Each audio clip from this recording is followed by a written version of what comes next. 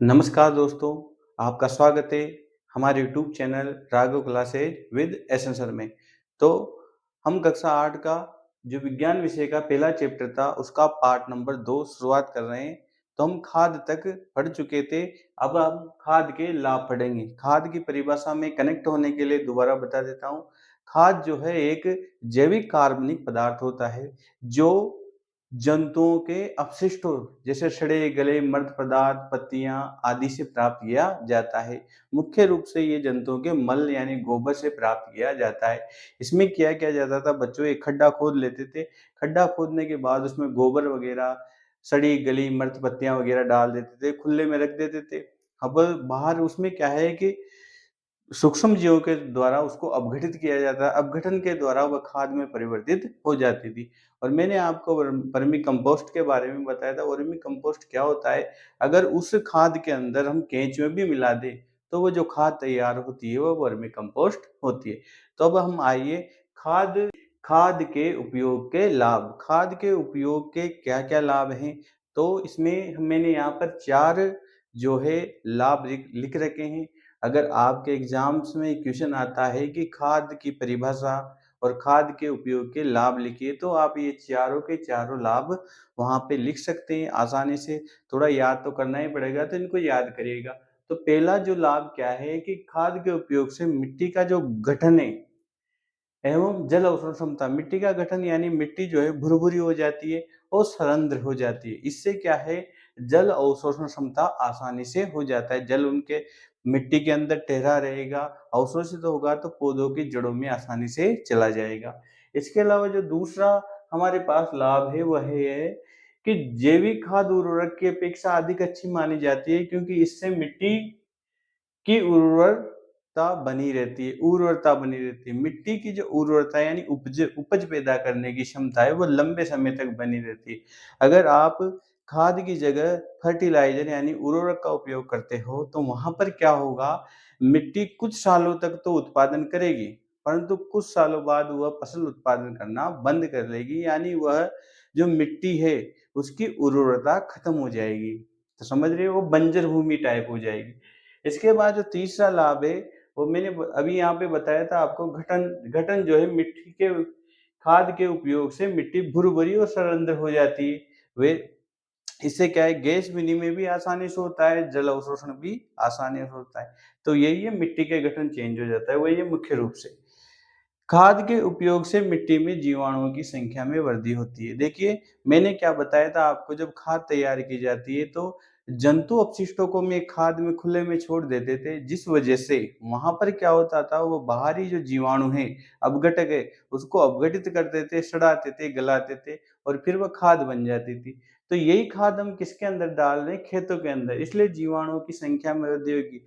कौन से जीवाणु की, मित्र जीवाणु की। जो मित्र जीवाणु है, जैसे हम बात करें नाइट्रोबैक्टर, जो वह जीवाणु जो नाइट्रोजन स्थिरीकरण करते हैं, उन जीवाणु की यहाँ पर बात हो रही है। क्योंकि पौधों के लिए नाइट्रोजन का मुख्य स्रोत जो है ये वायुमंडलीय नाइट्रोजन ही है। इस वायुमंडलीय नाइट्रोजन को कुछ जो जीवाणु होते हैं वह नाइट्रोजन के यौगिक को भी बदल देते हैं, वह नाइट्रोजन के यौगिक पौधे काम में ले लेते हैं। तो आप याद रखिएगा, खाद के उपयोग से मिट्टी में मित्र जीवाणु की संख्या भी बढ़ती है। अगर हम इसकी जगह उर्वरक को काम में लेते हैं तो उर्वरक से क्या है, वो जीवाणु वगैरह नहीं होते। अब यहाँ पर खाद के बाद जो दूसरा टॉपिक था, हमारा जो टॉपिक चल रहा था वो ये था कि खाद और उर्वरक मिलाना। तो अब हम उर्वरक की परिभाषा देखेंगे और इसके लाभ और इसके एग्जाम्पल भी देखेंगे कि कौन कौन से उर्वरक होते हैं। उर्वरक को सबसे पहले आपको याद होना चाहिए कि इसको अंग्रेजी में फर्टिलाइजर कहते हैं, जबकि खाद को हम क्या कह रहे थे, कंपोस्ट।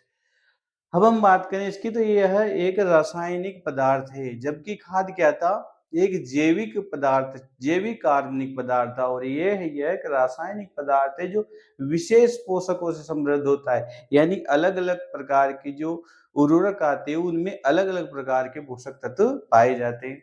समृद्ध होता है मतलब फैक्ट्रियों के अंदर केमिकली रूप से बनाया जाता है, तो उसकी मात्रा, जो पोषकों की मात्रा मिलाई जाती है वह फैक्ट्री के अनुसार मिलाई जाती है, जितनी ज़्यादा ज़रूरत होती है। जिनका उत्पादन फैक्ट्रियों में किया जाता है, यानी कारखानों के अंदर जो बड़ी-बड़ी फैक्ट्रियाँ होती हैं, वहाँ पर इनका प्रोडक्शन किया जाता है और ये पानी में घुल जाते हैं। आपने देखा होगा यूरिया जो उर्वरक होता है, फर्टिलाइज़र होता है यूरिया, पानी में डालते ही गल जाता है, तो ईज़िली गल जाता है और गलने के बाद जड़ों के द्वारा पौधों को प्राप्त हो जाता है, जिन्हें पौधे मिट्टी में से आसानी से ग्रहण कर लेते हैं। तो ये सिंपल सी बात है, आपको समझ में आएगी। तो इसकी जो डेफिनेशंस है वो यही है कि वे रासायनिक पदार्थ जो विशेष पोषकों से समृद्ध होते हैं, जिनका उत्पादन फैक्ट्रियों में किया जाता है और ये पानी में शीघ्र घुल जाते हैं, जिन्हें पौधे मिट्टी में से जड़ों द्वारा अवशोषित कर लेते हैं, उर्वरक कहलाते हैं। देखो बच्चों, परिभाषाएं तो आपको याद रखनी पड़ेगी, तभी जाकर आप एग्जाम्स के अंदर लिख पाओगे।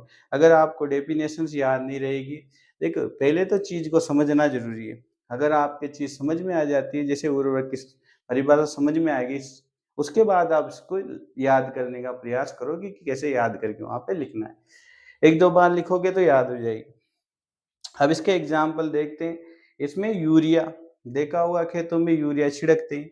ये फसल उगाने से पहले भी छिड़क देते हैं अगर कमी हो तो, या फिर ये फसल के बीच में भी छिड़क देते हैं। जैसे मक्का भी, बस खरीफ की फसल जो बोते हैं मक्का, उसमें क्या है कि मक्का जब थोड़ी बड़ी हो जाती है तब भी हम उसमें यूरिया डालते हैं। इसके बाद अमोनियम सल्फेट, ये भी एक खाद होती है।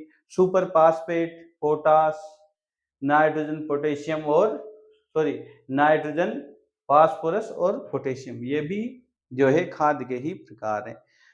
अब हम बात करते हैं, सॉरी खाद के प्रकार नहीं है ये है यहाँ पर उर्वरक के प्रकार है। हम बोलचाल की भाषा में जनरली जो यूरिया, ये उर्वरक होते हैं, उनको भी हम खाद ही बोल देते हैं, पर वो खाद नहीं होती, वो क्या होती है, उर्वरक।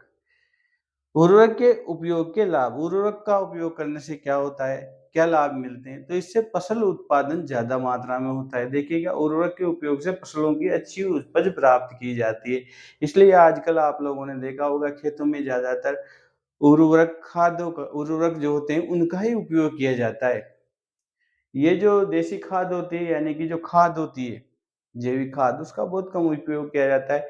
गाँव में ही इसका ज़्यादातर उपयोग किया जाता है। गाँव भी वहाँ पर ज़्यादा किया जाता है जहाँ पशुपालन किया जाता है, पशुओं की मात्रा ज़्यादा होती है, गोबर ज़्यादा होगा तभी इस खाद का उपयोग किया जा सकता है, नहीं तो फिर उर्वरक का ही उपयोग किया जाएगा। तो उर्वरक के उपयोग करने से उपज भी अच्छी मिलती है। और दूसरा जो लाभ है इसका, वह है उर्वरक पानी में जल्दी घुलते हैं और पौधों में पोषक तत्वों को कमी को पूरा कर देते हैं। जल्दी घुलेंगे, जल्दी पूरा करेंगे, जबकि खाद में टाइम लगता है, खाद बनने में भी टाइम लगता है। और खाद को खेत में डालते हैं, उसके बाद उसको महीने 2 महीने रहने देते हैं, उसके बाद वो काम करना स्टार्ट करती है। इसके बाद जो टॉपिक आने वाला है बच्चों, वो पढ़ेंगे हम खाद और उर्वरक में अंतर। एग्जाम्स में ये क्वेश्चन भी बहुत बार देखने को मिला है कि खाद और उर्वरक में क्या अंतर है। अब जो है बच्चों, हम देख रहे हैं खाद और उर्वरक में अंतर। खाद और उर्वरक में क्या अंतर होता है, इसको हम यहाँ पर देख रहे हैं। तो आप भी ध्यान से देखिएगा कि खाद और उर्वरक में क्या अंतर होता है। ये जो क्वेश्चन है एग्जाम्स में बहुत सी बार पूछा गया है बच्चों, तो आपके लिए यह इम्पोर्टेंट क्वेश्चन हो जाता है, इसलिए आप इसको ध्यान जरूर रखना।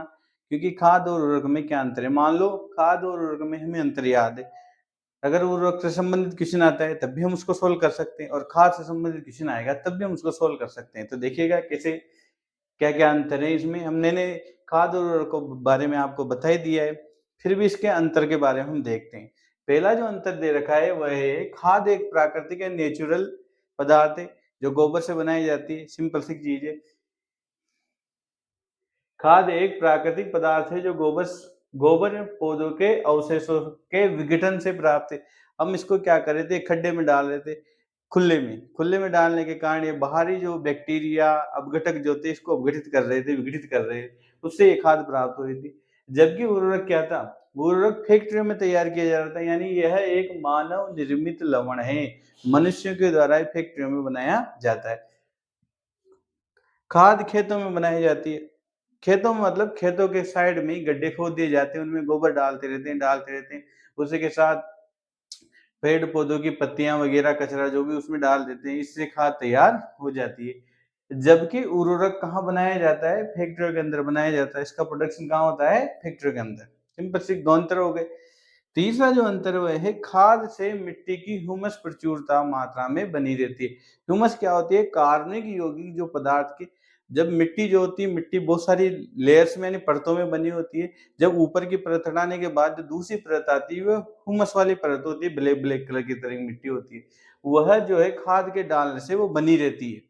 प्रचुर मात्रा में रहती है क्योंकि खाद में भी हुमस रहता है। ब्लैक ब्लैक कलर का जो खाद होता है, जो गोबर का खाद होता है ब्लैक ब्लैक कलर का, वो हुमस कहलाता है। तो हुमस अगर हम खाद का उपयोग कर रहे हैं तो मिट्टी में हुमस प्रचुर मात्रा में रहेगी, ऐसे तो उसकी मात्रा उसमें बनी रहेगी। जबकि उर्वरक से मिट्टी में हुमस की प्राप्त नहीं होता, हुमस मिलेगा ही नहीं, जैविक कार्बनिक पदार्थ होते ही नहीं, तो मिलने की संभावना है ही नहीं। इसके अलावा खाद में पादप पोषक तत्व जो है उर्वरक की तुलना में कम होते हैं। उर्वरक में क्या है कि हम फैक्ट्रियों में जो वैज्ञानिक तरीके से जिन जिन पोषक तत्वों की फसलों को आवश्यकता होती है वह मिलाते हैं, जबकि जो खाद होती है ये तो प्राकृतिक रूप से तैयार होती है, इसमें हमारे अनुसार नहीं होती, प्रकृति में जो बनना है वही बनेगा। जबकि फैक्ट्रियों के अंदर हम अपने हिसाब से बना सकते हैं कि पौधों को फास्फोरस की जरूरत है या पोटेशियम की जरूरत है या नाइट्रोजन की, इस प्रकार से हम वो उर्वरक तैयार कर सकते हैं, जबकि खाद में ऐसा नहीं होता है। इसलिए इसमें तुलनात्मक रूप से जो पोषक तत्व होते हैं जैसे नाइट्रोजन, फास्फोरस वगैरह वो कम होते हैं। किसकी अपेक्षा? उर्वरक की अपेक्षा। उर्वरक में ज़्यादा मात्रा में होते हैं। तो बच्चों ये 4 अंतर याद रखिएगा क्योंकि इन चारों अंतरों से ही आपको उर्वरक भी याद रह जाएगा और खाद भी याद रह जाएगा। और इसके अलावा अगर क्वेश्चन डायरेक्ट आता है कि अंतर लिखिए तो आप 4 अंतर लिख सकते हैं। ये जो क्वेश्चन है ये कम से कम 3 नंबर का आता है, जनरली देखा गया है, तो इसको याद कर लीजिएगा। और आप जो है यहाँ से देखकर भी नोट्स बना सकते हो, नोट्स नहीं बनाना चाहो तो वीडियो को 2-3 बार देखिए, आपको बहुत सारी चीज़ें याद हो जाएगी।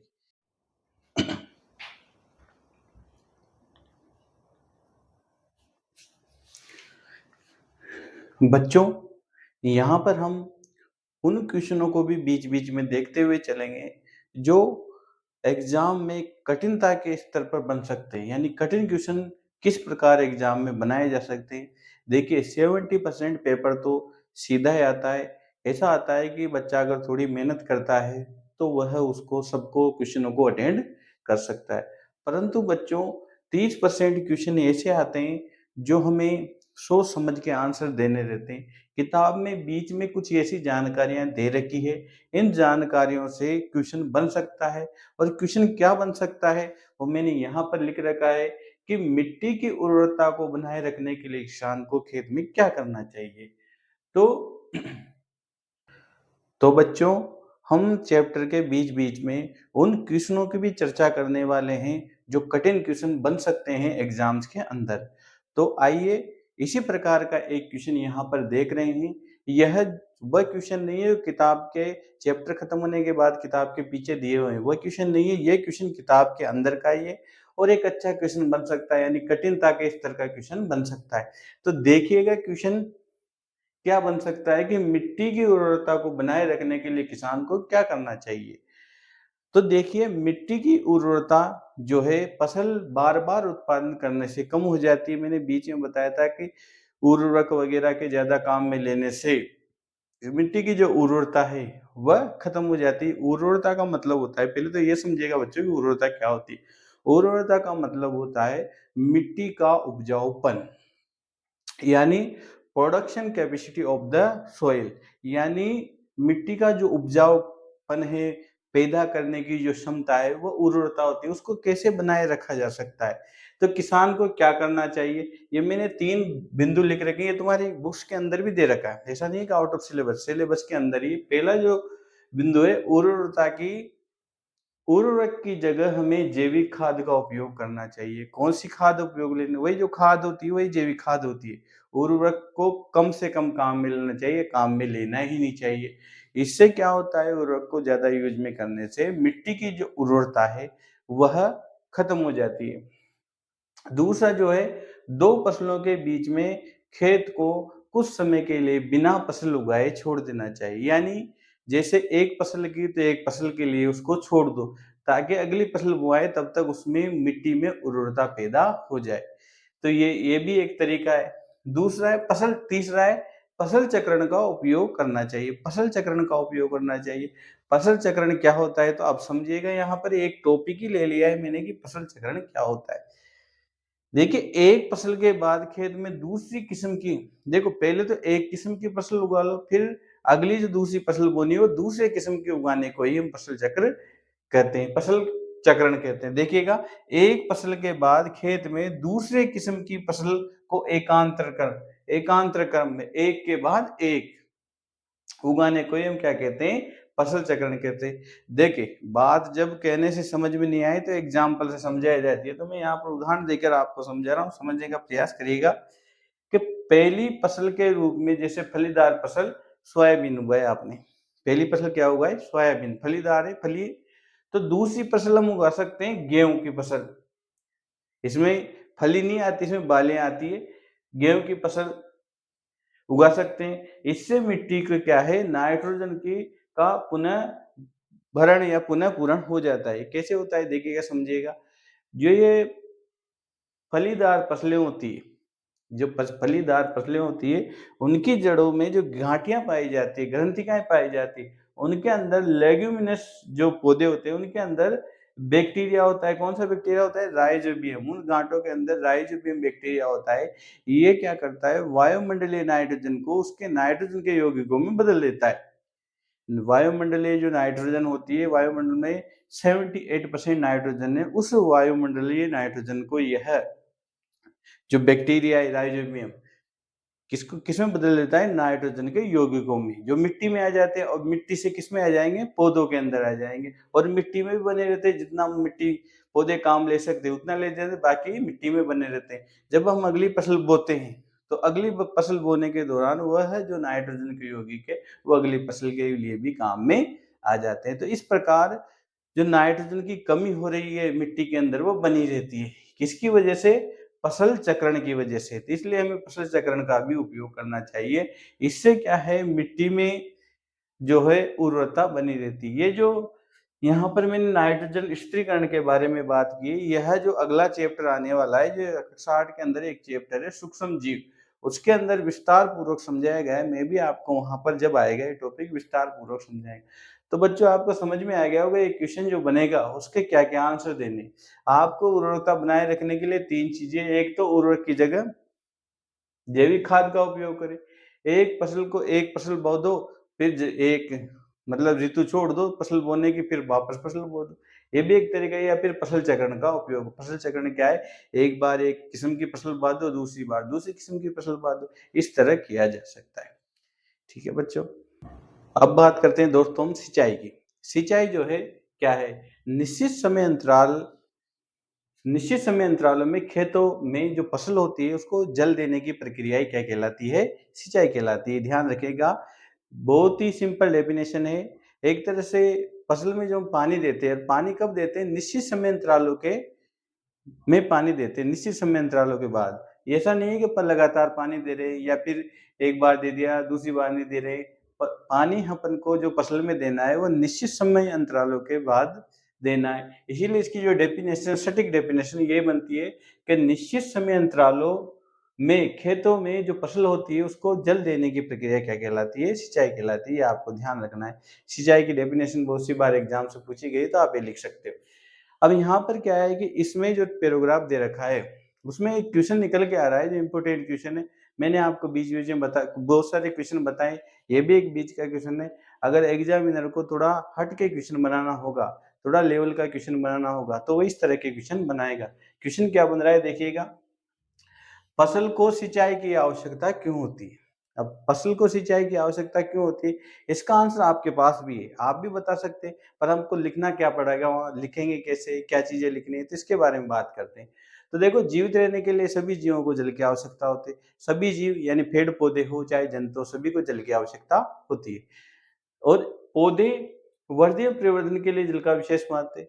पौधे ही नहीं, सभी के लिए, पर पौधों के लिए विशेषकर जल का बहुत अधिक महत्व है। किसके लिए? वृद्धि और परिवर्धन, यानी एक तो वृद्धि करने के लिए, ग्रोथ करने के लिए, और एक डेवलपमेंट के लिए जल की आवश्यकता होती है। पौधों की जड़ों पौधों की जड़ों द्वारा जल का अवशोषण किया जाता है। आप पौधे में जल डालते हो जल ऊपर से डाला जाता है, पर अवशोषण किसके द्वारा होता है? जड़ों के द्वारा होता है। फूल पत्तियों के द्वारा जल का अवशोषण नहीं होता है। ये आपको याद रखना होना चाहिए। पौधों में लगभग 90% जल होता है। पौधे का जो पार्ट होते हैं उनमें लगभग कितने प्रतिशत जल होता है? 90% जल होता है। और आपने देखा होगा, देखो क्योंकि बीजों को अंकुरित होने के लिए शुष्क स्थितियों में नहीं हो सकता। जो बीजों का अंकुरण है वह शुष्क स्थितियों में यानी सूखी परिस्थितियों में नहीं हो सकता। जब तक हम बीज को नमी प्रदान नहीं करेंगे, उसको पानी प्रदान नहीं करेंगे, तब तक वो अंकुरित नहीं हो सकता। आप लोगों ने कभी चने गलाए हो, चनों को जब पानी में डाला जाता है तब वो अंकुरित होते हैं। मूँग गलाए हो तो उसमें मूँग डालते हैं तब वो अंकुरित होते हैं। यानी उनको नमी और पानी की आवश्यकता होती है, तभी जाके वो अंकुरित होते हैं। जल में घुले हुए पोषकों का स्थान पौधे के प्रत्येक भाग में जल के द्वारा ही होता है, ये भी ध्यान रखना। जड़ों से जल प्रवेश करता है तने में, तने से अन्य शाखाओं में जाता है, शाखा से पत्तियों में जाता है। यानी जल के द्वारा ही जो पोषक तत्व होते हैं उनका ट्रांसफॉर्मेशन हर जगह होता है। यह जो है जल क्या करता है कि जल पाले और गर्म हवा से बचाता है। जो जल होता है बच्चों, इसका जो टेम्परेचर है वह न तो बहुत जल्दी परिवर्तित होता है और स्थायी रहता है। जल यानी कि जल न तो जल्दी से गर्म होता है और न जल्दी से ठंडा होता है। तो इसका फायदा क्या होता है? पाले से मतलब जो शीत ऋतु में कोहरा पड़ता है वैसे उससे संबंधित ज़्यादा ठंड पड़ती है, तो उस समय अगर पौधे के अंदर जल की मात्रा पर्याप्त मात्रा में है तो वो जल जल्दी से ठंडा नहीं होगा, इसलिए पौधा बचा रहेगा। और गर्म हवाओं से सुरक्षा करता है। जब गर्मी पड़ेगी तब भी जल अचानक ही गर्म नहीं हो जाएगा, धीरे-धीरे होगा तो उससे भी पौधा बचा रहेगा। यानी दोनों ही तरीकों से जल पौधों के लिए आवश्यक है। इसके अलावा स्वस्थ फसल के वृद्धि के लिए मिट्टी में नमी होना आवश्यक है। अगर हम फसल में सिंचाई नहीं करेंगे तो आप समझ सकते हो नमी रहेगी नहीं मिट्टी में, और मिट्टी में नमी नहीं रहेगी तो आप फसल का उत्पादन सही तरीके से नहीं कर पाओगे, फसल की वृद्धि सही तरीके से नहीं होगी। तो हमें नियमित रूप से जल देना आवश्यक है। तो आपको ये 4-5 लाइनें याद रखनी है ताकि आप एग्जाम में इस तरह का या यही क्वेश्चन आ जाए तो उसका आंसर आप क्या लिख सकते हो। तो सिंचाई की डेफिनेशन हो गई और ये इस प्रश्न का उत्तर। हम करते हैं अब सिंचाई के स्रोतों की कि सिंचाई के सोर्स क्या है, कहाँ से हम पानी दे सकते हैं फसल को।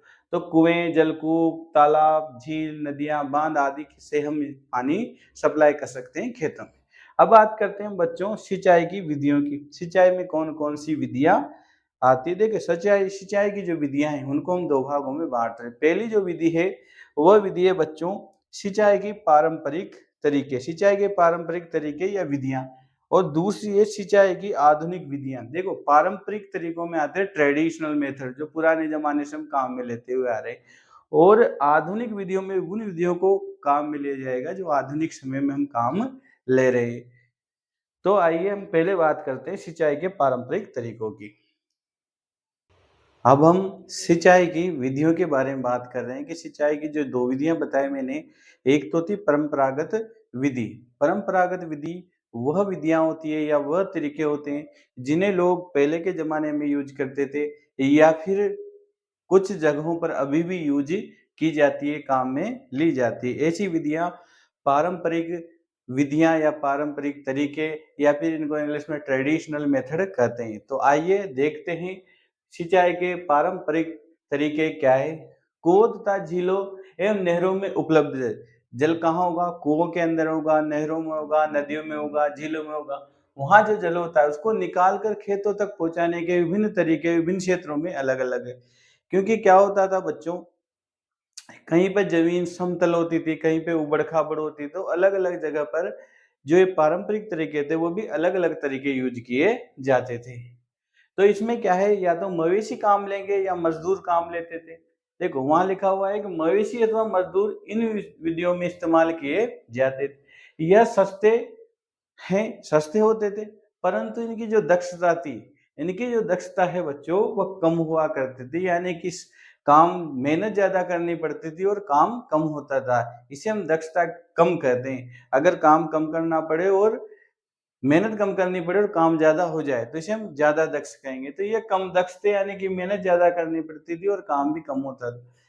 सिंचाई की विभिन्न पारंपरिक विधियां जो है वो यहाँ पर दे रखी है। मोट और घिरनी, इसमें एक घिरनी लगी रहती है, उस घिरनी की सहायता से पानी को ऊपर लाया जाता है।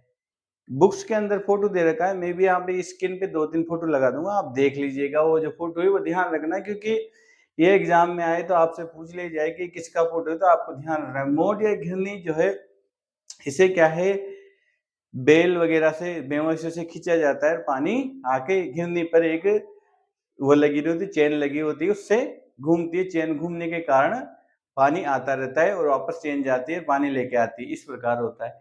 चेन पंप, इसमें भी इस तरह का ही सिस्टम होता है, इसमें गोला घूमता है पूरा। ढेगली, ढेगली में भी क्या होता है, इसमें भी जो है वो गोला घूमता है। और रहट, रहट में क्या है, एक बेल को घुमाया जाता है, बेल की सहायता से पूरा घुमाया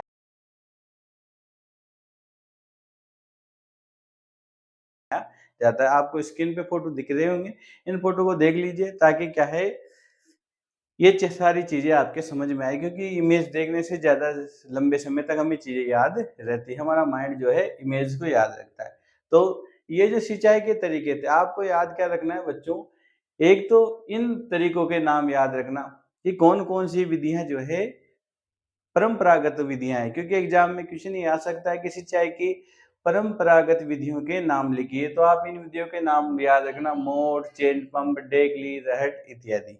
ठीक है, अब हम बात करते हैं सिंचाई की आधुनिक विधियां जो वर्तमान समय में ज्यादातर काम में ली जाती है, उन विधियों की हम यहाँ पर बात कर रहे हैं। यानी कि जो मॉडर्न मेथड है सिंचाई के, फसलों को पानी देने के जो अत्याधुनिक तरीके, उनकी हम यहाँ पर बात करें। तो सिंचाई की आधुनिक विधि द्वारा जल का उपयोग मित व्ययता से किया जाता है, मतलब पानी को कम से कम व्यर्थ करके सिंचाई करना मित व्ययता कहलाता है। हम कम से कम पानी का प्रयोग करेंगे, सारी सिंचाई कर लेंगे।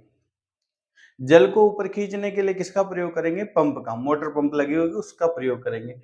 और इस पंप को चलाने के लिए हम डीजल डालते हैं या बायोगैस का उपयोग कर सकते हैं, विद्युत का उपयोग कर सकते हैं और सौर ऊर्जा का भी उपयोग कर सकते हैं। सिंचाई के आधुनिक तरीकों की जो विधियां हैं वो दो मुख्य विधियां हैं। सिंचाई की आधुनिक विधियां जो मुख्य रूप से दो है वो है छिड़काव तंत्र और ड्रिप तंत्र। यह क्वेश्चन कितनी ही बार एग्जाम में पूछा जा सकता है, पूछा जा चुका है कि सिंचाई की आधुनिक विधियों के नाम, केवल नाम पूछे गए हैं।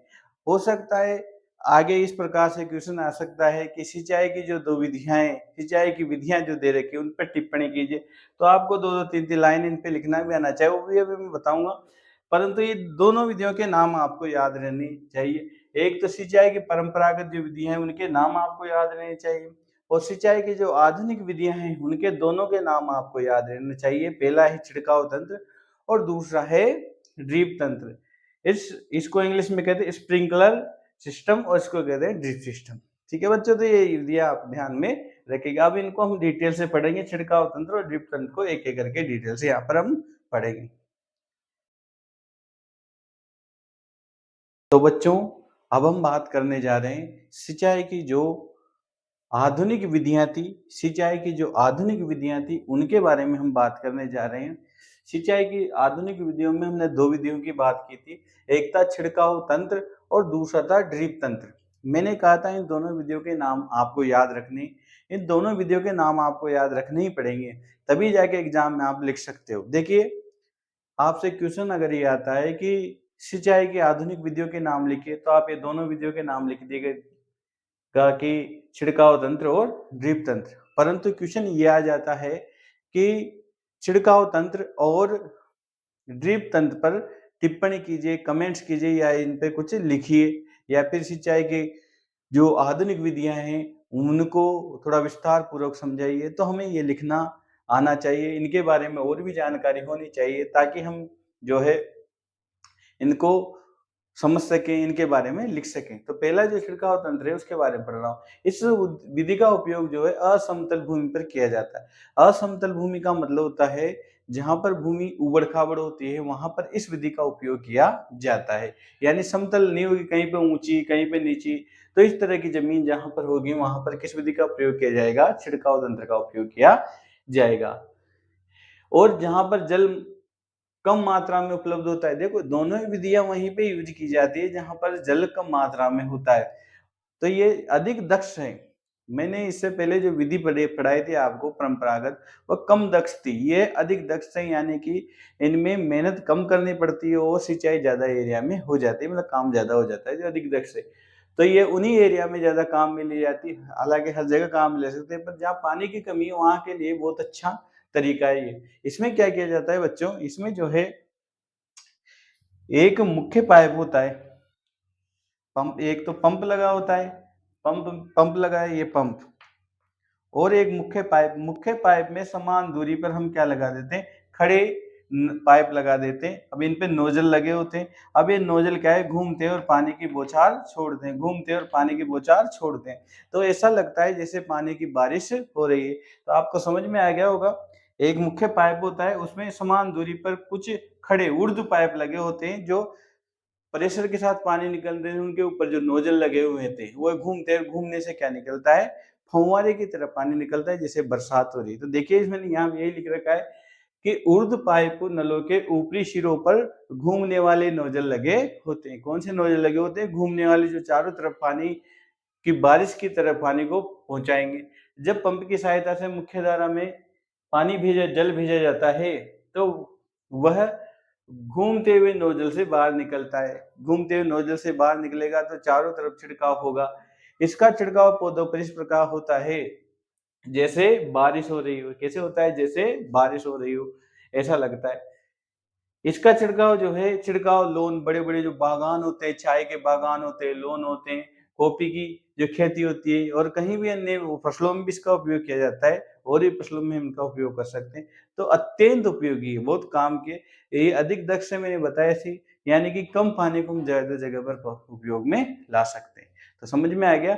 आपको मुख्य रूप से ध्यान क्या रखना है कि इसमें एक पंप से पानी छोड़ा जाता है, मुख्य पंप में, मुख्य पाइप में, मुख्य पाइप पे समान दूरी पर ऊर्ध्व यानी खड़े पाइप लगे रहते हैं, उनके ऊपरी सिरे पर नोजल लगे होते हैं। नोजल से जब पानी निकलता है तो नोजल घूमते हैं और चारों तरफ बारिश करते हैं, यानी फुहारा छोड़ते हैं। इसको हम क्या कहते हैं, छिड़काव तंत्र। समझ में आ गया। अब दूसरा देखिएगा, दूसरा है ड्रिप तंत्र। ड्रिप का मतलब होता है जो बूंद, यानी बूंद बूंद कर जो पानी दिया जाता है, उसे हम ड्रिप तंत्र कहते हैं। इसमें क्या होता है, एक पाइप जुड़ा होता है, उसमें जगह जहां जहां फेड लगे होते हैं वहां पर बूंद बूंद कर पानी निकलता रहता है। बूंद बूंद कर पानी जो निकलता है, वो इस विधि में क्या है, बूंद बूंद कर पौधे का। अब ये देखिए, अब छोटे फसल जो होती है, छोटे पौधे पौधे जो होते हैं फसलों के, वो बहुत सारे होते हैं। अगर हम एक एक पौधे को पानी से बूंद बूंद कर पानी देने लगे तो बहुत मेहनत करनी पड़ेगी। परंतु ये जो काम में लिया जाता है, ये फलदार पौधे, जो बहुत बड़े बड़े पौधे होते हैं, उनके लिए ये विधि उपयुक्त विधि है और अच्छी विधि मानी जाती है। जो फलदार पौधे होते हैं, बड़े बड़े बगीचे होते हैं, जहां पर बहुत बड़े बड़े पेड़ लगे होते हैं, उनके लिए ये अधिक उपयोगी है। वृक्ष यानी बहुत बड़े बड़े वृक्ष, पानी देने के लिए सर्वोत्तम तरीका। इसमें क्या है, पानी बूंद बूंद पर जाता रहता है, पानी ज्यादा व्यर्थ भी नहीं जाता, तो बेस्ट विधि है। ध्यान रखिएगा, ये फसल के लिए उपयोग में नहीं ली जाती है जनरली। यह बड़े बड़े जो बगीचे लगे होते हैं, फलदार वृक्ष लगे होते हैं, उनके लिए काम लिया जाता है। इससे पौधों को बूंद बूंद करके जल प्राप्त होता रहता है। इस विधि को बिल्कुल भी व्यर्थ नहीं जाता, जल जो है बिल्कुल भी व्यर्थ नहीं जाता है। इस विधि में बिल्कुल व्यर्थ नहीं जाता। कौन नहीं जाता, जल। अतः यह जल की कमी वाले क्षेत्रों में एक वरदान है। जहां पर पानी की कमी है, पेड़ बड़े बड़े पेड़ उगे, तो उन पे बूंद बूंद करके हम वो कर सकते हैं, पानी पिला सकते हैं। देखिएगा, तो समझ में आ गया होगा बच्चों कि दोनों विधियों में क्या अंतर है। इसमें बूंद बूंद कर पानी पिलाया जाता है, पर यह फसल के लिए उपयुक्त नहीं है, और ये छिड़काव तंत्र फसल के लिए उपयुक्त है, इसका उपयोग किया जाना चाहिए। ठीक है। अब इसके बाद हम पढ़ेंगे खरपतवार। अब खरपतवार क्या होते हैं, तो इसके बारे में पढ़ते हैं दोस्तों। अब हमारा जो 5वां टॉपिक है वह है खरपतवार से सुरक्षा। इससे पहले का जो टॉपिक था हमारा वो था सिंचाई। सिंचाई हमने कंप्लीट कर लिया है। अब हमारा जो 5वां टॉपिक है वह है खरपतवार से सुरक्षा। खरपतवार से सुरक्षा के बाद जो अगला टॉपिक आएगा वह आने वाला हमारा कटाई, उसके बाद भंडारण। भंडारण के साथ ही ये चैप्टर फिनिश हो जाएगा, यानी 2 टॉपिक और है। ये हमारा जो है 5वां टॉपिक है। तो खरपतवार से सुरक्षा, इस टॉपिक को समझने से पहले हम ये समझेंगे कि खरपतवार क्या होता है। तो देखिए बच्चों, खरपतवार क्या होता है। फसल के साथ जो अनावश्यक पौधे उग जाते हैं उन्हें हम खरपतवार कहते हैं। फसल के साथ अनावश्यक पौधे जो हमारी फसल के लिए साथ उगना जरूरी नहीं है, फिर भी वो फसल के साथ उग जाते हैं, जनरली जिसे हम चारा कहते हैं। ये जो चारा होता है वही खरपतवार, यह एक तरह से जंगली पौधे होते हैं, इसलिए खरपतवार को अंग्रेजी में वीड्स कहते हैं। ध्यान रखना, वीड्स। और खरपतवार की परिभाषा जो है वो यही है कि फसल के साथ उगने वाले अनावश्यक पौधे क्या कहलाते हैं, खरपतवार। तो आपको ये ध्यान रखना है। उसके बाद आता है खरपतवार से क्या हानि होती है, खरपतवार से हानि। जो खरपतवार जो होता है, वो फसल के साथ उगेगा तो बहुत सारी चीज़ों में क्या करेगा, उससे कॉम्पिटिशन करेगा, स्पर्धा करेगा। तो स्पर्धा करने से फसल क्या है, वर्दी पर जो फसल की मुख्य वर्दी हो रही है, उस पे नेगेटिव इफ़ेक्ट जाएगा, नकारात्मक प्रभाव जाएगा। तो यहाँ पे मैंने लिख रखा है कि खरपतवार मुख्य फसल के साथ जल, पोषक, जगह और प्रकाश की स्पर्धा करेगा। इन चारों चीजों की क्या करेगा, स्पर्धा करेगा, कंपटीशन करेगा। अब इस वजह से क्या होगा, स्पर्धा करेगा, फसल की वृद्धि पर नकारात्मक प्रभाव डाले, स्पर्धा करके फसल की वृद्धि पर नकारात्मक प्रभाव या नेगेटिव इफेक्ट डालेगा। इसलिए फसल को जितना वृद्धि करना चाहिए था उतना नहीं कर पाएगी। कुछ खरपतवार कटाई में बाधा डालेंगे, कुछ खरपतवार अगर हम इनको नहीं हटाएंगे तो कटाई करते समय भी, काटने में, फसल को कटाई में भी दिक्कत उत्पन्न करेंगे। और कुछ खरपतवार क्या है, विषैले होते हैं, जो मनुष्य और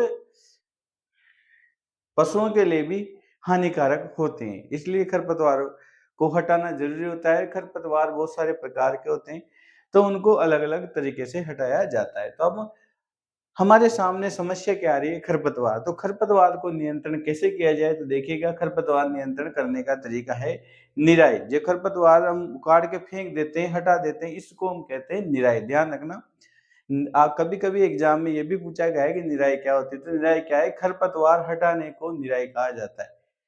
खरपतवार हटाने को क्या कहा जाता है, निराई। आप ये याद रखिएगा। अब फसल निराई कब की जाती है, ये फसल उगाने से पहले की जाती है, पहले भी की जाती है। 2-3 तरीके से खरपतवार हटाई जाती है। अब कैसे हटाई जाती है, देखिए, फसल उगाने से पहले जोत कर, जुताई करके भी हम खरपतवार हटा सकते हैं। और हटाने के बाद वह खरपतवार क्या होगा, खेत में सूख जाएगा, सूख के क्या हो जाएगा, मिट्टी में मिल जाएगा। यही लिखा हुआ है यहाँ पे, देखिएगा। ये देखिएगा यहाँ से कि फसल उगाने से पहले खेत जोतने से खरपतवार उखाड़ने और हटाने के में सहायता मिलती है। इससे खरपतवार पौधे सूख कर मर जाते हैं और मिट्टी में मिल जाते हैं। खरपतवार पौधे सूख जाएंगे और मिट्टी में मिल जाएंगे। एक तरीका तो ये। दूसरा तरीका क्या है, खरपतवार हटाने का सर्वोत्तम समय कब है, पुष्पन। खरपतवार में पुष्पन और बीज बनने से पहले, खरपतवार में पुष्पन और बीज बनने से पहले ही हमको खरपतवार हटाना पड़ेगा। क्योंकि पुष्पन हो गया, बीज बन गए, तो क्या हो जाएगा, खरपतवार हटा भी देंगे तो सूखने के बाद वो बीज वापस उग जाएंगे। इस बार नहीं तो अगली फसल में उग जाएंगे, इसलिए वापस प्रॉब्लम क्रिएट करेंगे। तो हमें यहाँ पर ध्यान रखना पड़ेगा कि इनको सबसे सही समय कौन सा होगा हटाने का, पुष्पन और बीज बनने से पहले।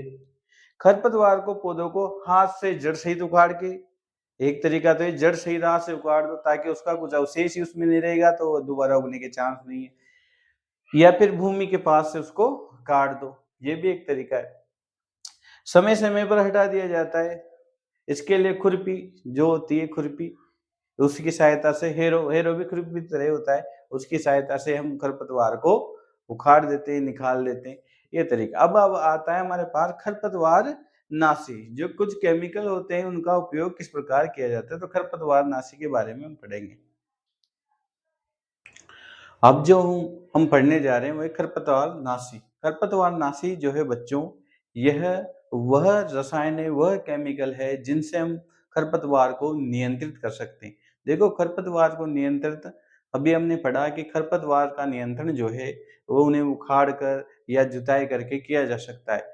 परंतु मान लो हमें फसल के साथ खरपतवार को निकालने में समस्या आ रही है, तो हम किस प्रकार अन्य विधियों में खरपतवारनाशी का उपयोग कर सकते हैं। तो खरपतवारनाशी क्या है, समझिएगा। खरपतवारनाशी जो है वे रसायन है जिनका उपयोग खरपतवार को नियंत्रण में करने के लिए किया जाता है। खरपतवार नियंत्रण करने में किया जाता है। खरपतवारनाशी कहलाते हैं। अलग अलग फसल में खरपतवार को नियंत्रण करने के लिए अलग अलग प्रकार के खरपतवारनाशियों का उपयोग किया जाता है, क्योंकि कुछ फसलें बच्चों एक बीज पत्री होती है और कुछ फसलें द्विबीज पत्री होती है, तो उनके हिसाब से खरपतवार काम में लिए जाते हैं। यहाँ पर एक खरपतवार का एग्जाम्पल तुम्हारी बुक्स में दे रखा है, उसका नाम है 2,4-D। तो ये याद रखना आप। तो याद रखना कि ये रसायन है, यानी केमिकल है, जो खरपतवार नियंत्रण में काम में लिए जाते हैं, और इसलिए इनको क्या कहा जाता है, खरपतवार नाशी। इसके साथ ही खरपतवार नाशी का उपयोग कैसे किया जाता है, तो खरपतवार नाशी का उपयोग खरपतवार की वृद्धि को नियंत्रित करने के लिए किया जाता है। और यह इसका उपयोग कब करना है, तो इसका उपयोग करना है जब खरपतवार वृद्धि कर रहा हो तब, और एक इसको पुष्पन में बीज बनने के पहले ही छिड़काव किया जाना चाहिए, जिससे क्या होगा, खरपतवार के पौधे मर जाएंगे और परंतु फसल को इससे कोई हानि नहीं होती। याद रखिएगा, खरपतवार नाशी से फसल को किसी प्रकार की कोई हानि नहीं होती, यह आपको ध्यान रखना है। खरपतवार नाशी को जल में मिलाकर घोलकर और स्प्रे यानी फुहारे की सहायता से, फुहारा आता है पीछे बैग टांग लेते हैं, उससे मशीन को हिलाते हैं, उससे फुहारा टाइप निकलता रहता है और पूरे खेत में छिड़काव कर दिया जाता है। ये बहुत ही ईजी और आसान तरीका है खरपतवार को समाप्त करने का। परंतु खरपतवार नाशी का उपयोग करते समय हमें कुछ सावधानियां बरतने की आवश्यकता है। तो सावधानी क्या है, ये जो खरपतवार नाशी होते हैं ये एक जहरीले रसायन होते हैं। अगर इनका उपयोग हम ऐसे ही कर रहे हैं नॉर्मली बिना मास्क के, तो हो सकता है हमारे सांसों में, हमारे मुंह में जाने से हमारे शरीर को हानि पहुंचा सकते हैं। तो खरपतवार नाशी के छिड़काव से किसान के स्वास्थ्य पर भी प्रभाव पड़ सकता है। हमें क्या सावधानी बरतनी चाहिए, अतः इन रसायनों का उपयोग करते समय हमें सावधानी रखनी चाहिए। छिड़काव करते समय मुंह और नाक को कपड़े से ढक लेना चाहिए, मास्क लगा लेना चाहिए, ताकि ये हमारे मुंह में और नाक के थ्रू अंदर ना जाए और हमें किसी प्रकार की कोई हानि न पहुंचे। जब खरपतवार का यूज कर ले, खरपतवार नाशी का यूज कर ले, तो अपना हाथ वगैरह बढ़िया से धोए। तो बच्चों, खरपतवार नाशी का उपयोग कैसे किया जाता है खरपतवार को हटाने में, आपको समझ में आ गया होगा। इसके बाद हमारा टॉपिक रहने वाला है कटाई। कटाई के बाद हम भंडारण पढ़ेंगे और चैप्टर फिनिश हो जाएगा। तो बच्चों, अब स्टार्ट करते हैं हम अपना कटाई वाला टॉपिक। कटाई जो है ये सेकंड लास्ट टॉपिक है, इसके बाद लास्ट टॉपिक रहेगा हमारा भंडारण। अब कटाई जो है वो पढ़ रहे हैं अपन। कटाई समझिएगा क्या है, जब फसल पक जाती है, फसल पक जाएगी, पकने के बाद फसल को काटा जाएगा। जो फसल को काटना है वही क्या कहलाता है, कटाई कहलाता है। देखिएगा, फसल पक जाने के बाद उसे काटना कटाई कहलाता है। फसल पक जाने के बाद उसे काटना कटाई कहलाता है। अगर क्वेश्चन कटाई संबंधित आता है तो मैं एक दो लाइनें और लिखनी पड़ेगी। तो एक दो लाइनें क्या हो सकती है कि एक अनाज की जो फसल होती है उसको पकने में 3 से 4 महीने लगते हैं। अनाज की जो कोई से भी अनाज की फसल जो होती है उसको पकने में कितने महीने लगते हैं, 3 से लेकर 4 महीने लगते हैं। ये भी आपको ध्यान रखना है। और कटाई के दौरान या तो पौधे को उखाड़ के बाहर कर लेते हैं अपन, या फिर उसको धरातल से काट देते हैं, जमीन के अड़वा काट लेते हैं। और काटने में कौन से उपकरण को काम में लिया जाता है, दरांती को काम में लिया जाता है। ये भी आपको ध्यान रखना है। तो इसमें 3-4 लाइनें आप क्या लिख सकते हो, एक तो फसल की परिभाषा कि फसल पक जाने पर फसल को काटना एक कटाई कहलाती है। दूसरी, किसी भी एक अनाज की फसल को पकने के लिए 3 से 4 महीने का समय लगता है। और तीसरी बात लिख सकते हैं कि कटाई के दौरान पौधे को उखाड़ के या फिर दरांत से काट कर उसको अलग किया जाता है। यह कार्य दरांती के द्वारा किया जाता है। अब आता है हमारे पास जो मशीनरी काम है वो आता है हार्वेस्टर। यहाँ पर हार्वेस्टर जो दे रखा है, हार्वेस्टर में है क्या, वास्तव में फसल को काटने वाली मशीन को क्या कहते हैं, हार्वेस्टर। ध्यान रखिएगा बच्चों, ये केवल फसल को काटने का ही काम करती है। अब यहाँ पर नीचे चीज है थ्रेसिंग और थ्रेशर। देखिए, जो फसल कट गई है, हार्वेस्टर द्वारा मान लो फसल कट गई, कटने के बाद जो फसल जो है, कटने के बाद उसको बीज को और भूसे को अलग किया जाएगा, क्योंकि बीज हमारे काम की चीज है, भूसा अलग से आवश्यक होता है। तो अलग करने की जो प्रक्रिया है, बीज और भूसे को अलग करने की जो प्रक्रिया है, उसे हम कहेंगे थ्रेशिंग। और जिस मशीन को इसमें काम में लेंगे उसको क्या कहेंगे, थ्रेशर। तो मैंने लिख रखा है, देखो, काटी गई फसल के बीजों और भूसे को अलग करने की प्रक्रिया क्या कहलाती है, थ्रेशिंग कहलाती है। और थ्रेशिंग प्रक्रिया में जिस मशीन को काम में लिया जाता है वो थ्रेशर कहलाता है। अगर आपसे थ्रेशर की भी परिभाषा पूछ ली जाए तो थ्रेशर की परिभाषा आपको क्या बतानी है, सुनिएगा। तो थ्रेशर की परिभाषा बता सकते हो आप, बीज और भूसे को अलग करने वाली मशीन क्या कहलाएगी, थ्रेशर। और अगर थ्रेशिंग की परिभाषा पूछी जाए तो बीज और भूसे को अलग करने की प्रक्रिया थ्रेशिंग कहलाती है। समझ में आ गया। अब देखो, यहाँ पर एक और टॉपिक आया है, कंबाइन मशीन। कंबाइन मशीन वास्तव में बहुत बड़ी एक मशीन होती है, जिसके अंदर क्या होता है सिस्टम, उसमें हार्वेस्टर भी लगा रहता है और थ्रेशर भी लगा रहता है। यानी दोनों का एक कंबाइंड रूप है, संयुक्त रूप है। यानी फसल को काटने के साथ साथ फसल में जो फसल कटने के बाद बीज और भूसे को भी अलग कर दिया जाता है, इसलिए इसको क्या बोला जाता है, कंबाइन मशीन। देखो हार्वेस्टर भी लगा है, थ्रेशर भी लगा है। मैंने भी बताया हार्वेस्टर क्या काम करता है, फसल को काटने का, और थ्रेशर क्या काम करता है, बीज और भूसे को अलग करने का। तो दोनों ही काम हो जाते हैं, मतलब कटाई, बीज और भूसा सब अलग अलग हो जाते हैं। इससे बहुत सुविधा हो जाती है। अब आता है हमारे पास विनोइंगन। विनोइंगन क्या है बच्चों, छोटे खेत वाले जो किसान होते हैं वो अनाज के दानों को फटकने वाली मशीन से अलग करते हैं। एक मशीन होती है जो बुक्स के अंदर इमेज दे रखी है उसकी, उस मशीन में डालते हैं फसल को और उससे बीज और भूसे अलग हो जाते हैं। फटक के द्वारा होता है, फटकने की प्रक्रिया के द्वारा बीज और भूसा अलग होता है। तो इसे हम क्या कहते हैं, विनोइंगन। ध्यान रखना, एक अलग से छोटा सा टॉपिक दे रखा है, कभी कभी आ जाए बाय चांस, नहीं तो संभावना तो है नहीं। अब हमारा लास्ट और अंतिम टॉपिक जो आ रहा है बच्चों वो है भंडारण। वास्तव में भंडारण क्या होता है, देखिएगा, उत्पादित फसल को, जो फसल उत्पादित हो चुकी है, प्रोडक्टिव हो चुकी है, उस फसल को नमी से, नमी मतलब जहां पर पानी हो, गीलापन हो, उससे, कीट से, कीड़े मकोड़ों से, चूहों से और सूक्ष्म जीवों से सुरक्षित रखना ही भंडारण कहलाता है।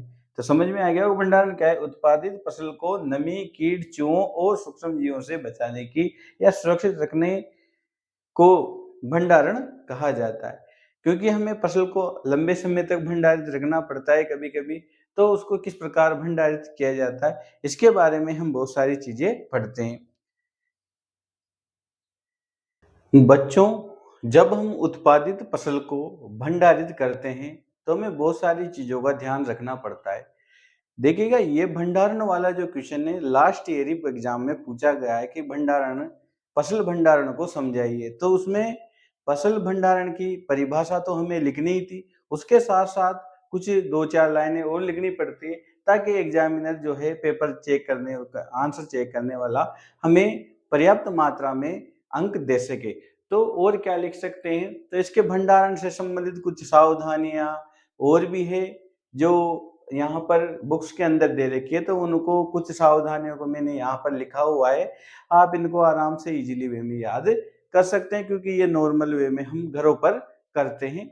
देखिएगा, ताजा फसल में नमी की मात्रा अधिक होती है। हम जानते हैं जब फसल निकालते हैं तो उसमें बीजों में नमी होती है, तो उनको क्या करना पड़ता है, यदि फसल के दानों यानी बीजों को सुखाए बिना भंडारित किया गया, सुखाए बिना भंडारित किया गया है तो खराब होने अथवा जीवों द्वारा आक्रमण से अंकुरण के लिए अनुपयोगी हो जाती है। अगर हम बिना सुखाए उनको, बिना सुखाए अगर उनको भंडारित कर देंगे तो उनमें क्या है, कीटों का इन्फेक्शन हो जाएगा, सूक्ष्म जीवों से प्रभावित हो जाएंगे, कवकों का इन्फेक्शन हो जाएगा।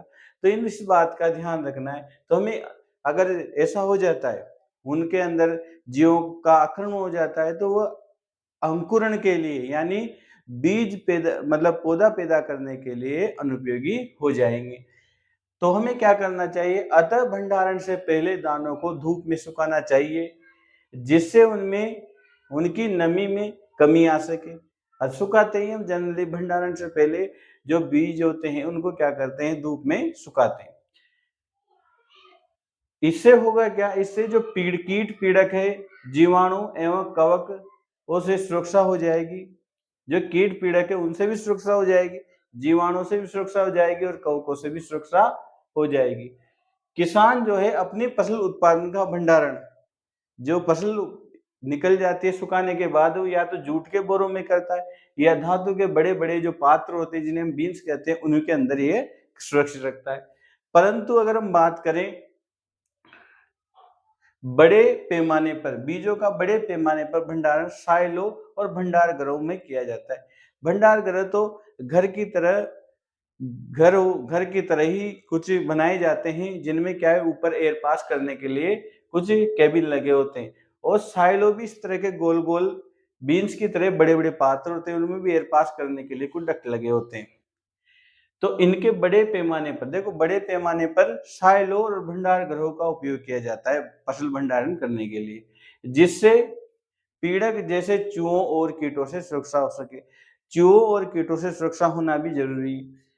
अब देखो घरों पर हम क्या करते हैं, नीम की सूखी पत्तियों को भी घरों में अनाज भंडारण में उपयोग लाया जाता है। अनाज में क्या है कि सूखी पत्तियां मिला देते हैं, इससे क्या है पीड़क उनके अंदर नहीं पड़ते।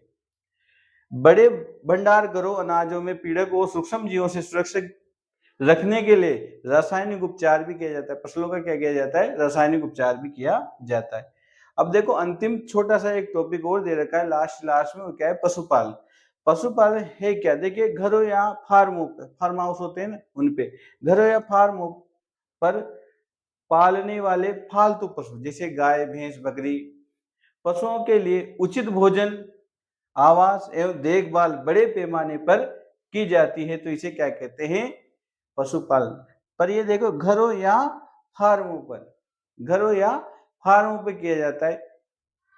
समझ रहे हो ना? घरों या फार्मों पे खेती भी की जाती है। खेती के साथ-साथ क्या करेंगे? पशुपालन भी करेंगे और उचित भोजन, आवास एवं देखभाल करेंगे और उनका जो गोबर होगा उसको भी हम खाद के रूप में काम में ले लेंगे। तो ये पूरा एक सिस्टम चलेगा। तो इसको हम क्या कहेंगे? पशुपालन। तो दोस्तों ये चैप्टर जो पहला था फसल उत्पादन एवं प्रबंधन, ये समाप्त हो चुका है। आपको इस तरह की और भी वीडियो हमारे चैनल के माध्यम से मिलती रहेगी। तो आप अगर इस तरह की और भी वीडियो चाहते हैं या फिर और भी सब्जेक्ट पढ़ना चाहते हैं तो हमें लाइक कीजिए, कमेंट्स कीजिए और बताइए कि हम आपके लिए और क्या ला सकते हैं, क्या अच्छा प्रोवाइड करा सकते हैं। क्योंकि हमारा उद्देश्य ये रहेगा कि हम आपको अच्छे से अच्छा कंटेंट अवेलेबल कराएँ। तो इस वीडियो को अलविदा करते हैं। जय हिंद, जय भारत। मिलते हैं अगले वीडियो में।